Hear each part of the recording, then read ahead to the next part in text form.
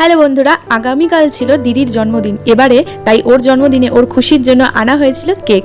কিন্তু কেক কাটতেও কিছুতেই রাজি হচ্ছিল না, কারণ কেই বা জন্মদিনের আগে কেক কাটতে চাইবে বলুন।